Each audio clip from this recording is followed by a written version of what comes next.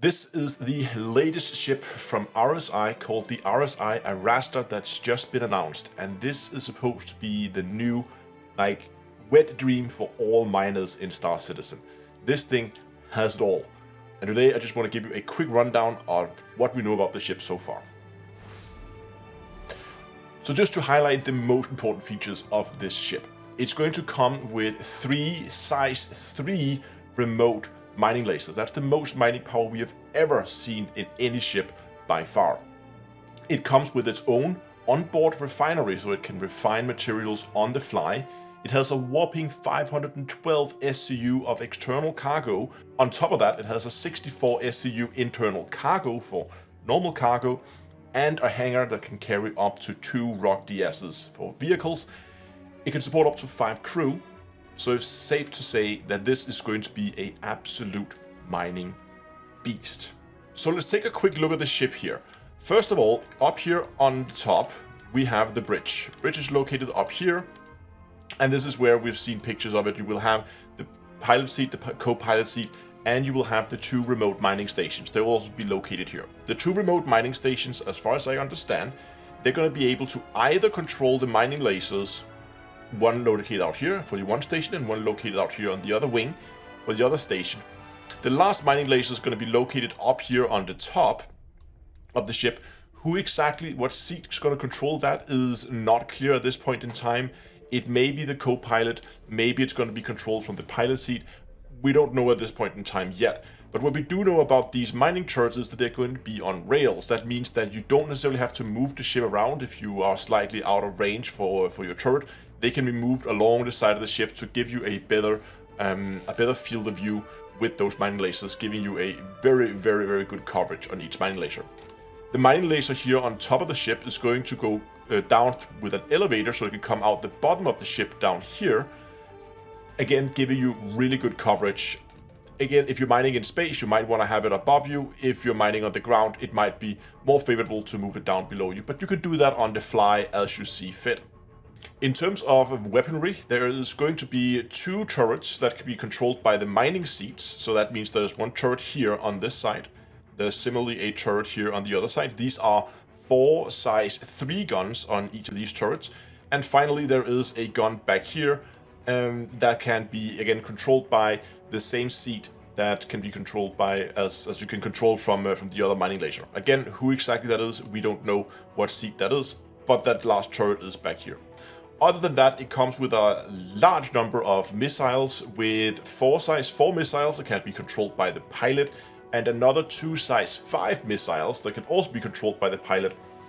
Other than that, it has 8 size 1 missiles and 4 size 3 missiles that we at this point in time don't really know who is going to be able to control.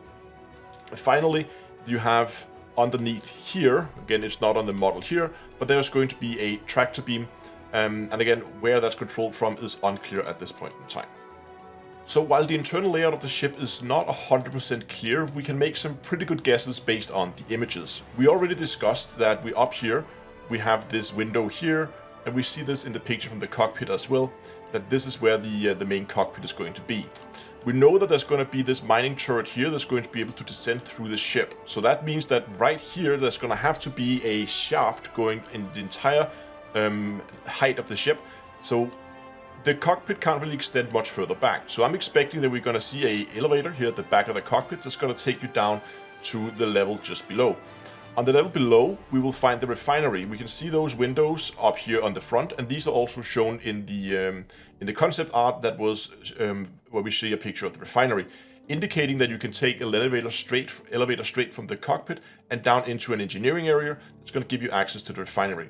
If you head backwards with this elevator, it looks like you're going to go back into some kind of catwalk where you can oversee the cargo. Again, the cargo ramp is back here, and we can see that being open in some of their renders here. And looks like from this floor, you're going to be able to go around some kind of catwalk and explore this area here. On the lowest floor, my expectations is that the entire rear section of the lowest floor of the ship is going to be the vehicle hangar and cargo bay.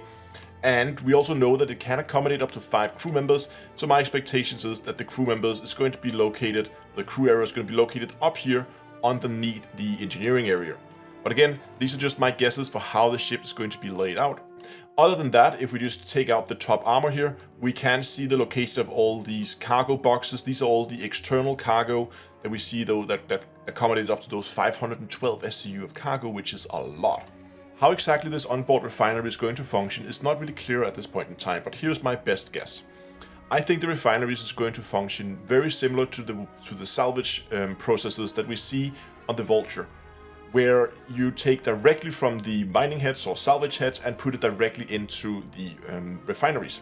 So I don't think the internal cargo is going to be used for this process at all. I think there's going to be a process where, as you're mining, that material is going to be put into the refinery. When the refinery is full, a refining process is going to start, and the finished materials is then going to be offloaded, probably in one of those 8 SCU boxes. So my guess is it could take up 8 SCU per refining cycle. It's going to fill up one box on the outside of the ship, and they can just go through this process until the entire 512 tons, or sorry, SCU is filled up. This leaves this extra 64 SCU of internal cargo free. You can freely use that as you see fit. How much you need to interact with it is not really clear. It seems from what they are saying that there is some kind of interaction you have to do with it, but also that it is highly automated. Now, the final thing we haven't talked about is, of course, its defenses. It's going to come with 2 size 3 shields, giving it about 200,000 hit points worth of shields. So this thing is going to be able to take some punishment. And with all those guns and missiles, it's also going to be able to deal some as well. Now, as I said, the ship is still in a concept phase. No official release date has been announced for it. I think they have said that it is currently being actively developed. So they are actually working on it, and we also know that their CIG is going to have a focus on these larger, especially RSI ships for 2024. So if we're lucky, we are going to see this ship sometimes next year. But again, nothing official has been announced, so that is purely just guess and speculations. But do let me know what you think about this ship. Are you excited to go out and mine with it with your crew, or do you just see this as a massive, massive loot pinata that you can blow up? But that's it for today. Thanks a lot for watching, and until next time, I'll see you guys in space.